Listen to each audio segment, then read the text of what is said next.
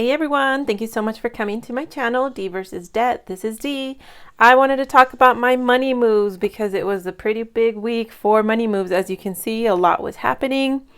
I wanted to start off with the one I'm most proud of right now. This just happened yesterday. So my neighbor got grumpy and complained to me that she didn't like that my branches of my trees were growing over into her side of the yard and were kind of blocking her gate. And so she told me to hire somebody to prune the tree, and I tried to get a hold of Beto and I couldn't reach him. He had just cleaned my yard, so I assuming he was off cleaning somebody else's yard, poor guy. And so I was like, oh my gosh, how much is this going to cost me? So I went digging around in my shed.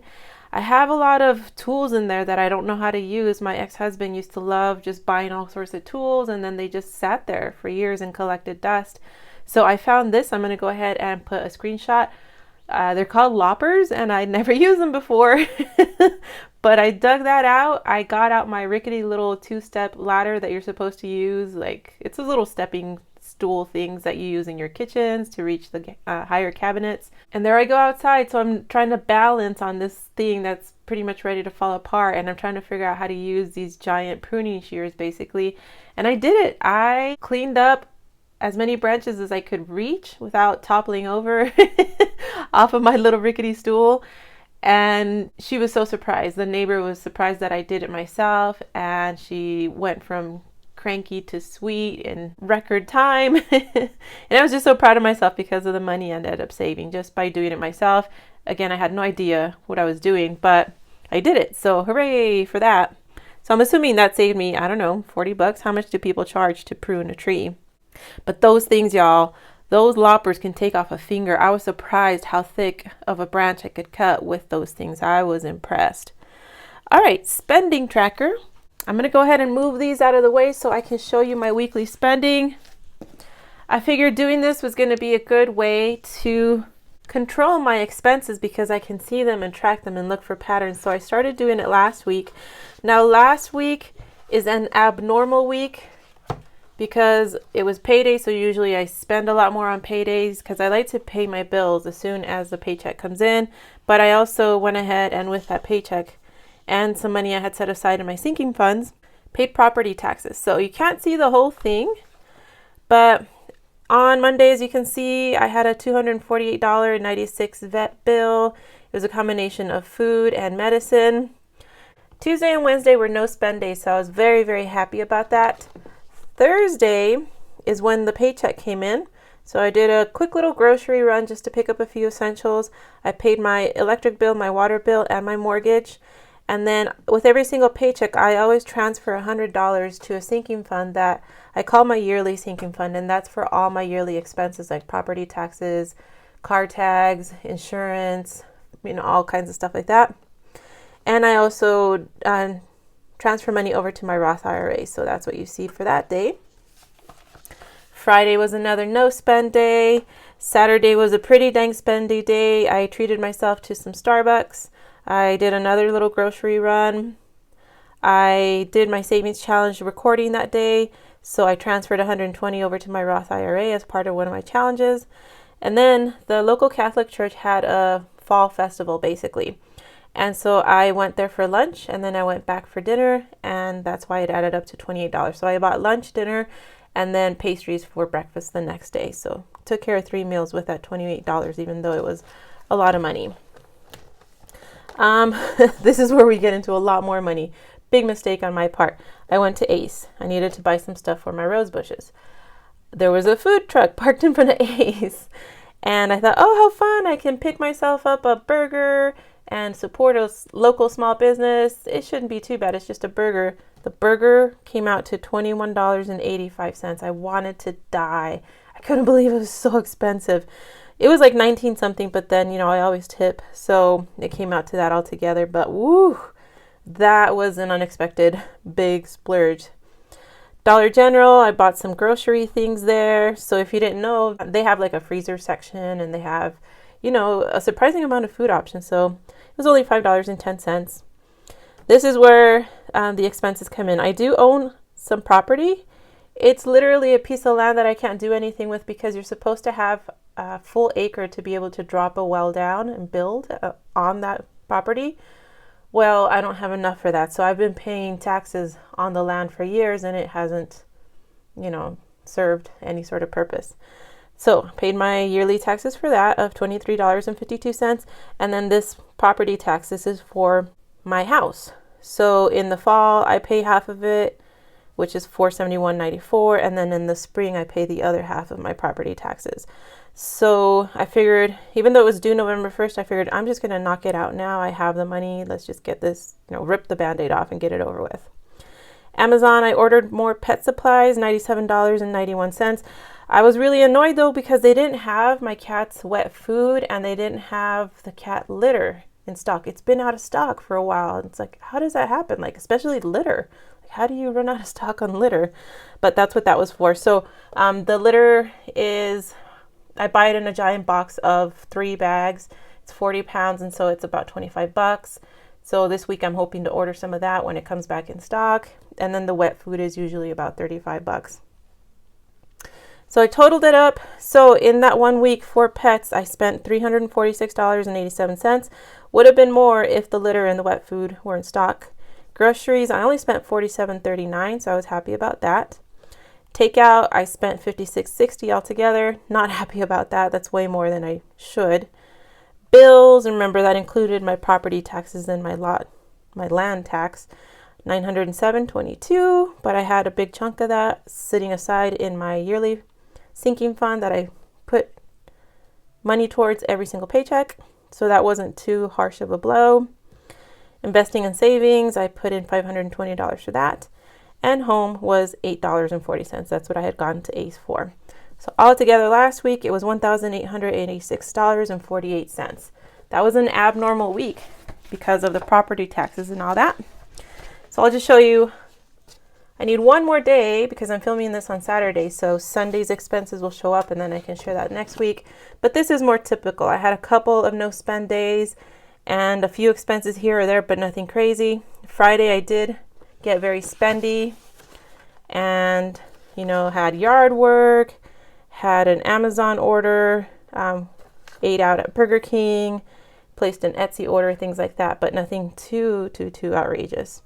So with this in mind, I'm going to use it for the $1 investing challenge that I used to do, and I want to start back up again.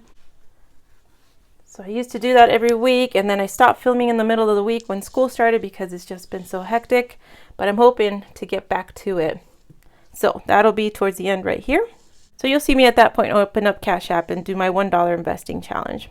All right, so first though, let's talk about the referrals. It was a big week for referrals. So Kim Arnold not only got me a $15 referral from CashApp. So you open up a CashApp account, you use the account within the first 2 weeks with a transaction of over $5, and then I get a bonus for that. So I got a $15 bonus, but then she also sent me money in addition to that bonus. So altogether, I got $25 because of Kim Arnold using my CashApp referral link. So all these links are listed in the description box down below. So you're going to see me invest this money. So anything, my rule for myself is anything that makes its way into my CashApp, I invest. So you'll see where I put this $25 when I fire up the CashApp at the end of this video. I got a couple of fetch referrals, so I was very excited. Each referral was 2,000 points, which works out to $2 each, which is $4. And after $3, you can cash in your points for gift cards. And so I tend to usually cash in at $5 for an Amazon gift card or a Dunkin' Donuts gift card. So thank you so very much. Ashley, is it Pozler? Man, I know I'm saying that wrong and I'm so sorry. And Amanda Bewley, I was giggling because it's like Bueller. So if you know what I'm talking about, you're old like me. So not only that, I'm assuming Amanda also went and is the Amanda because they wouldn't say her last name. Went and also used my referral code in my description box for Ibotta. Ibotta I haven't used for a while because here's a confession. I got it last year for Thanksgiving because every Thanksgiving they do this amazing thing where they give you a free Thanksgiving dinner. We're talking about the whole dang turkey, mashed potatoes, the ingredients to make that French onion casserole thingy. I mean, soda, everything you need basically except for the pie. There was no dessert, and so I was very sad about that. But it was amazing that I got a whole Thanksgiving meal using Ibotta. So I'm looking forward to Thanksgiving again this year. So Amanda used my referral code, and then when she snapped her very first receipt, they give me a $10 bonus, and then she gets a bonus as well. And so I am one more referral away from being able to cash in my referral money, because with Ibotta, you do have to have at least $20 before you can cash it out. So I'm halfway there. So thank you so much, Amanda. And I'm excited to see if anyone else uses my Ibotta referral code so that I can get that $20 bonus. Woo-hoo-hoo. And again, I'm waiting for that turkey come Thanksgiving. That is the most amazing deal I've ever seen when it comes to apps and incentives and all that stuff. All right, I have been neglecting my frog scratcher. So this is to invest money. So this is going to be used for my Roth IRA. Because I haven't been filming in the middle of the week, I had stopped doing these scratchers. So I totally want to do it again every single week. And then when I fill in all the envelopes, I'll count the money and deposit it into my Roth IRA. So this is by Vicky at the Happy Budgeting Mom. It's just the cutest thing ever. So let's see how much money I'm putting into this envelope. Oh, it's a 2-digit number. All right, it is $11. So here's a 10 and a 1. So this will get folded up and put into this adorably tiny envelope and stuffed into this adorably tiny little box. And we'll keep going until I complete the challenge, and then it goes into my Roth IRA. So obviously before December is over, we will be done with this challenge, because that's when I hope to reach my goal of maxing out my Roth IRA. So now I'm going to go ahead and open up CashApp in a minute, and I'm going to do my $1 investing challenge. So the way that this works is that for my CashApp account, that's my dividend investing portfolio. My Roth IRA is in Fidelity, so I invest in different companies there. But in my CashApp, I invest in companies that pay a dividend. And so, for example, right here you see Starbucks. I'll be investing $1 in Starbucks because I went to Starbucks one time this week. If I had gone 3 times, then I would invest $3.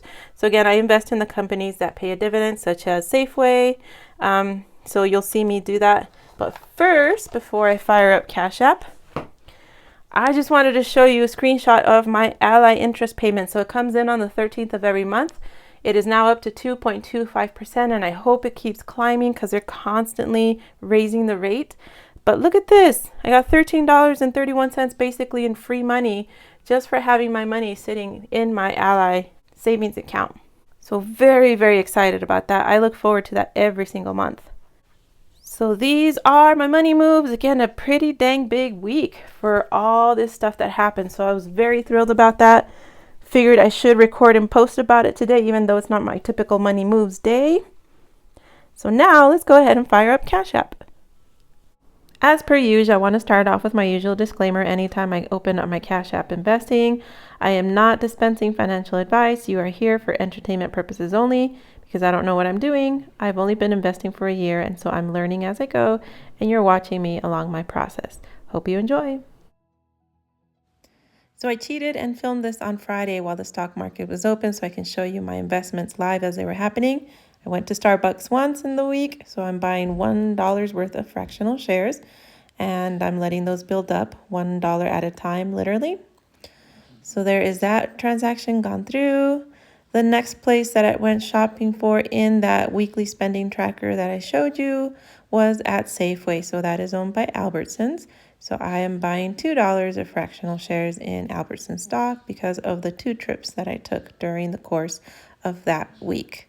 So now that transaction has finalized, and we're on to the next. So the next place that I shopped at during the course of the week is Pinnacle West. So they're the company that owns APS, who is the company that I pay my monthly electric bill to.